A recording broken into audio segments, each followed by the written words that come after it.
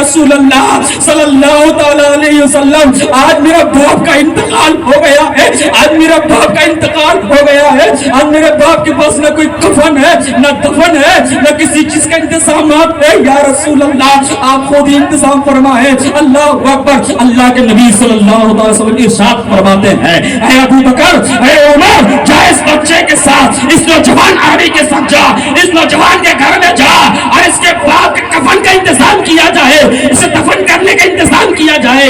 صحابہ رسول چلے ہیں، ابو بکر صدیق چلے ہیں، عمر فاروق چلے ہیں۔ جب چلے آپ پہنچے تو کیا دیکھتے ہیں اس کے گھر میں؟ جب اس کے گھر پہ پہنچے تو کیا دیکھتے ہیں؟ چادر ہٹا کر کے اس کا چہرہ جو تھا وہ سیاہ خنزیر کا بنا ہوا تھا، وہ سیاہ خنزیر کا بنا ہوا تھا۔ اللہ اکبر۔ آج بھی لوگ چہرے ہٹا کر کے دیکھتے ہیں کہ چہرہ کس لیے دیکھا جاتا ہے، چہرہ کیوں دیکھتے ہیں؟ پتہ لگاتے ہیں لوگ اس لیے کہ دیکھا جائے کہ ان کا چہرہ کیسا ہے، ان کا چہرہ کیسا ہے۔ اللہ اکبر۔ جیسا اعمال کیے ہوں گے ویسے ہی چہرہ آپ کا ہوگا۔ وہ انسان کا چہرہ جب دیکھا گیا تو سیاہ خنزیر کا بنا ہوا تھا۔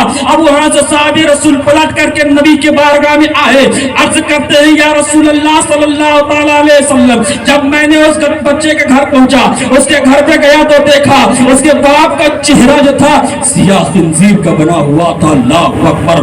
اب نبی چلے ہیں، صحابہ رسول چلے ہیں، نبی چلتے چلے جا رہے ہیں، صحابہ رسول بھی چل رہے ہیں۔ پہنچتے ہیں نبی عرض کرتے ہیں پروردگار رب کی بارگاہ میں ہاتھ اٹھا کر کے دعا فرماتے ہیں اے مولا کائنات اس جنازے کا شکل پہلے جیسا تھا مولا تو ایسا بنا دے۔ میرے نبی دعا فرما رہے ہیں، ادھر شکل اختیار ہو گیا ہے، پہلے کی طرح شکل ہو گیا ہے، اس جانور کا شکل ہٹ گیا۔ اب میرے نبی فرماتے ہیں اسے غسل دیا جائے، اب اسے غسل دیا جائے، اسے غسل دیا گیا۔ اب نبی فرماتے ہیں جنازہ کا کفن پہنایا جائے، کفن پہنا دیا گیا۔ اب میرے نبی فرماتے ہیں اس کی جنازے کی نماز پڑھی جائے، جنازے کی نماز پڑھی گئی۔ میرے نبی فرماتے ہیں اب اسے دفن کیا جائے۔ اللہ اکبر۔ جب اسے دفن کرنے لگے تو لوگوں نے پھر کیا دیکھا کہ چہرہ جیسا سیاہ بنا ہوا تھا، سیاہ خنزیر کی طرح بنا ہوا تھا، پھر اسی طرح اختیار ہو گیا، پھر اسی طرح بن گیا۔ اللہ اکبر۔ میرے نبی پھر فرماتے ہیں اے نوجوان عربی بتا تمہارا باپ کیا کرتے تھے، تمہارا باپ کا کیا کام تھا، تمہارا باپ کا کردار کیا تھا، تمہارا باپ کا کیریکٹر کیا تھا؟ وہ نوجوان رو کر کے کہتا ہے اے میرے آقا، اے میرے آقا میرا باپ تاریخ نماز تھا، میرا باپ کا کردار یہ تھا، میرے باپ کا کیریکٹر یہ تھا، میرے باپ کا ماحول یہ تھا کہ پوری زندگی میں کبھی نماز نہیں پڑھا۔ اے میرے آقا میرے باپ نے پوری زندگی نماز کو ترک کر دیا۔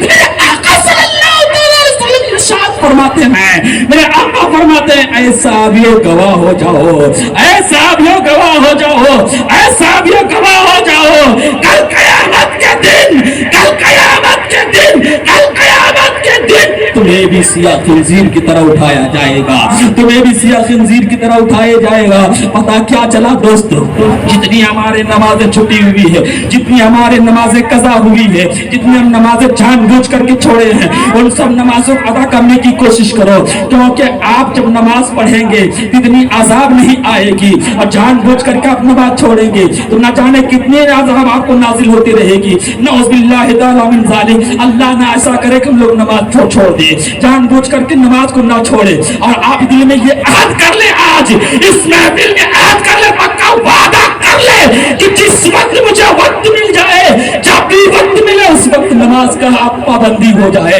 آپ نماز کا پابندی ہو جائے۔ لوگ کہا کرتے ہیں نا کہ نماز پڑھنے کے لیے، تو لوگ کہتے ہیں کہ نماز کہاں پڑھنے کے لیے لکھا ہوا ہے، نماز کہاں پڑھنے کے لیے لکھا ہوا ہے۔ لوگ صرف اتنے ہی جانتے ہیں کہ لوگ کہتے ہیں کہ نماز قائم کرنے کے لیے کہا گیا ہے، لوگ کہتے ہیں کہ نماز قائم کرنے کے لیے کہا گیا ہے نا، لیکن قرآن کے ہی اندر ہے وہ آیت کو اٹھا کر کے تم نے سورہ کوثر کو اٹھاؤ اور اس کا ترجمہ پڑھو تو پتا چلے گا۔